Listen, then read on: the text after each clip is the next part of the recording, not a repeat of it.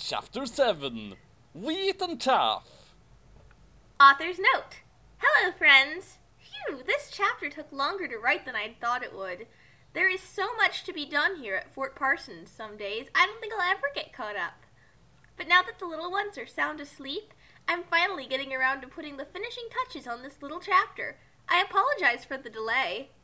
Now, there have been quite a few questions and comments coming in, and I thought I should take time to address a few, since I don't have time to reply individually.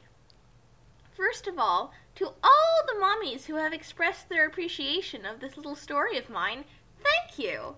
Your support keeps me writing. I still Remember, doubt though, those mommies actually exist, though. the glory is not mine. It is the work of a greater cause. And the people who call me names, a Bible-believing Christian is like a big, ugly monster who lives under a bridge, and wanting everyone to do the right thing and go to heaven makes one a so-called bigot? Well, that's this modern world for you. And finally, to the people who say that I am spreading hate, take a look at some of the comments posted here. Saying that I am a terrible writer and a terrible mother whose children will hate her one day? Who is it who is spreading hate here? Because I don't think it's me. You want to take that? Because I feel like that has to be addressed. This isn't the first time I feel this happened, and I don't want to I don't want to offend anyone here, but this is not the first time I've seen the spreading hate defense. It was used back with the Left Behind movies for Kirk Cameron, even though those were poorly made, and well, Kirk Cameron is Kirk Cameron.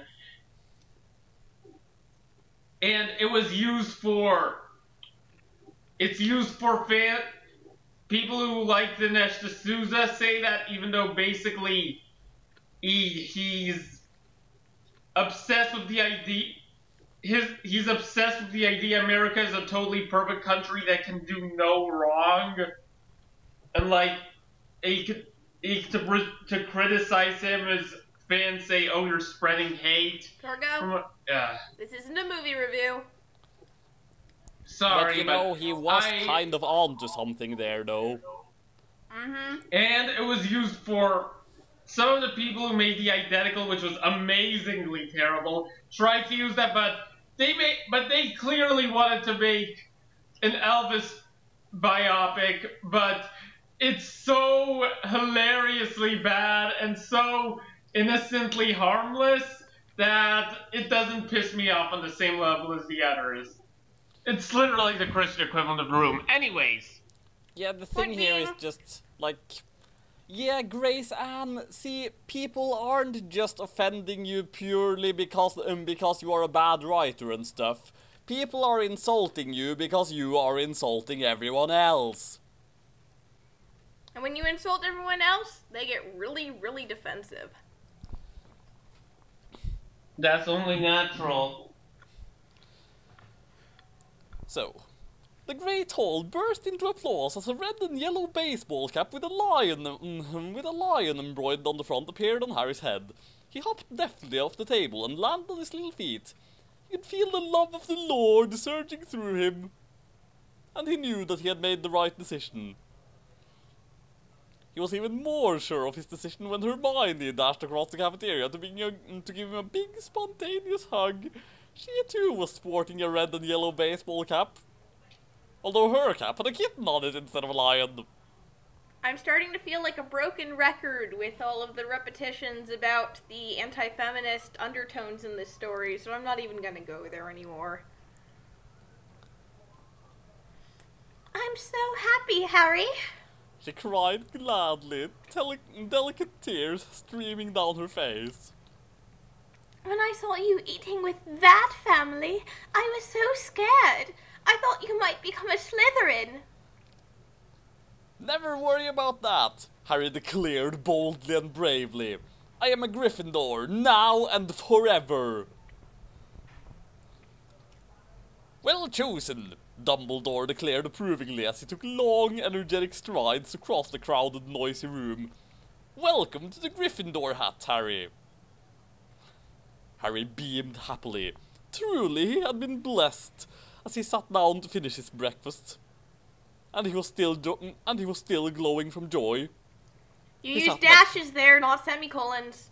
You use dashes there, not semicolons. Yeah, well, because this woman never heard of a dash. dash. Where it's not fitting isn't exactly anything new. He sat back next to Ronald. Will you still be my friend, even though you're a different hat? Ronald asked timidly. Of course, Harry declared generously. You know, credit where credit's due, though. At least this story lets Harry be friends with a Slytherin. That's like one thing that never happened in canon, and that honestly always kind of bothered me.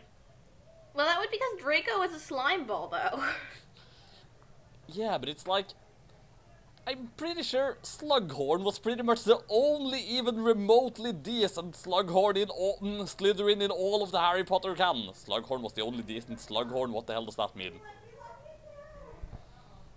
I don't know, maybe the nice Slytherins just kept to themselves because they knew they had a reputation.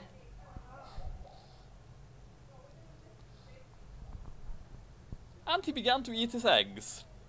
He had expected his eggs to be cold by now, what with all the hullabaloo, but lo and behold, they were still piping hot.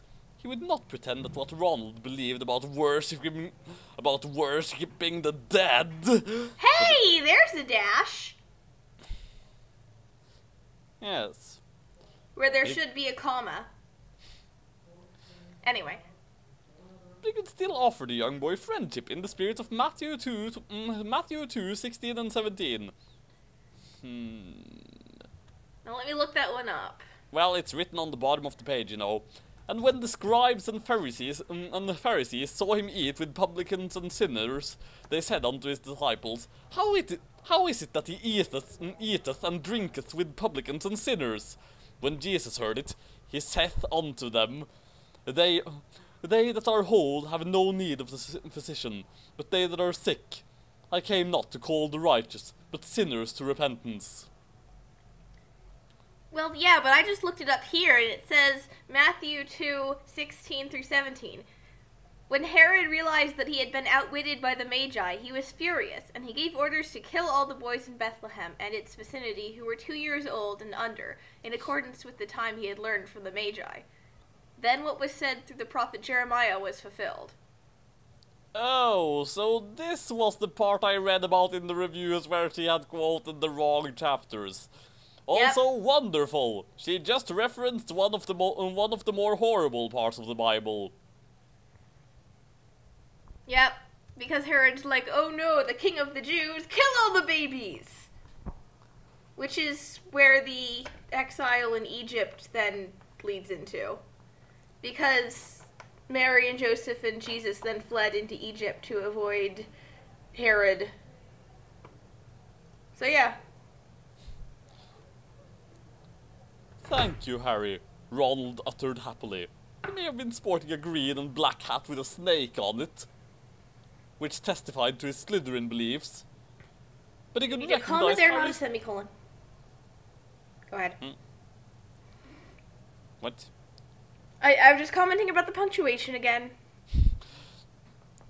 But he could recognize Harry's pure-hearted godliness, generosity, humility, and innocent goodness. Yeah, Harry is about as humble as awesome De Britannia is kind. Ow! I think I just gave myself brain damage from facepalming. Looked around at his siblings, all of them wearing hats identical to his, and he wondered why none of them were like that. Attention, students, Reverend Dumbledore announced authoritatively as he hopped onto the stage. And he held the microphone by his mouth? What? Oh, yeah, he held it next to his mouth. It almost looked to me like he was using his mouth to hold the microphone. No.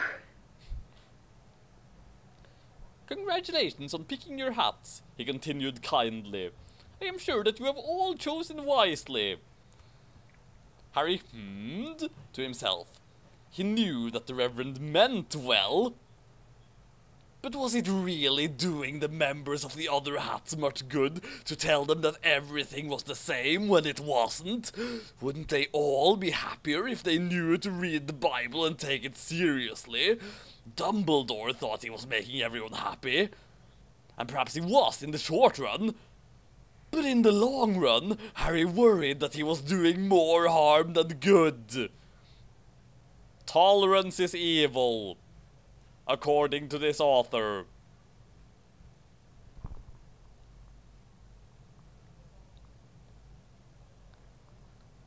Harry did not say anything, because he was new to the flock and didn't feel confident in his connection with the Lord. But didn't he just say he felt the love of the Lord surging through him? Yes. Isn't he kind of absurdly holy? Yes. But sometimes it takes newcomers to point out the flaws we don't see in our own communities. You know, actually, that kind of reminds me of that other Harry Potter fanfiction I mentioned once ages ago, you know, Oh God, Not Again, which I have also been seriously considering reading after this just to get something good for once, but where Harry, having been sent back in time after the end of the series, has basically just decided that half of the stuff that they do in the wizard community is bullshit, and has decided to just follow Muggle traditions instead. Wonderful.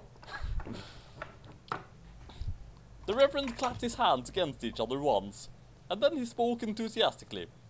Now, you will be sharing most of your classes with other members of your hat, so it would be good for you to get to know them now. Ravenclaw hats, please gather around Mr. Moody. Hufflepuff hats, please gather around Mr. Sprout, who is Professor supposed Sprout's to be a a woman. Slytherin hats, please gather around Mr. Finnegan, who I believe is a student. Here. And Gryffindor hats, please gather around Mr. Snape. I'm not even going to comment on how wrong that is. Because McGonagall can't be one of the heads of houses because she's a woman and she's also the Reverend's wife. Wait, so Hans Gruber is the hero of this thing? Eh? You know, I will confess, before I knew about Dumbledore's sexual orientation, I actually did ship him with McGonagall. I think a lot of people did. That being said, now that I know about his sexual orientation, I consider his relationship with McGonagall to be one of the coolest bro TPs ever. Does Bro TV have something to do with platonic, or what is it? Bro TP is basically... I know the term bromance tends to sometimes be used for gay relationships or whatever. It's basically where you're pretty much on the same wavelength as the person, totally chill with them, and you've always got their back. That's what a bro TP is. So, essentially it's a very deep platonic relationship. Yeah, it's a very deep platonic relationship. Okay. Now, at the beginning of the breakfast meal, Harry had noticed a tall, mysterious-looking man with long dark hair and gaunt, enigmatic features. He was dressed stylishly in a crisp black suit, and his tie made a shock of red in the otherwise totally black outfit.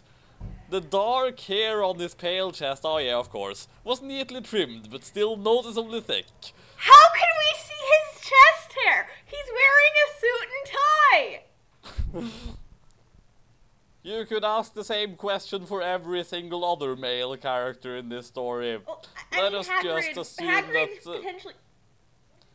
Go ahead. I don't know, maybe everyone just has magical chest hair seeing powers or something.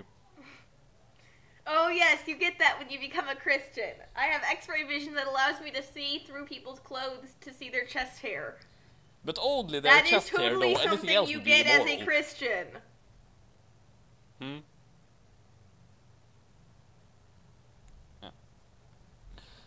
And he wore elegant black leather shoes on both of his feet. It was now that he noticed that, on the table that this man was sitting at, was a placard that said on it, Mr. Snape. Harry followed the other brave young children wearing Gryffindor hats. Author's note. Blessings! Die in a fire. Yeah, I'm just going to say that for every chapter from this point on. And I already read the misquoted Bible quote, so... Yep.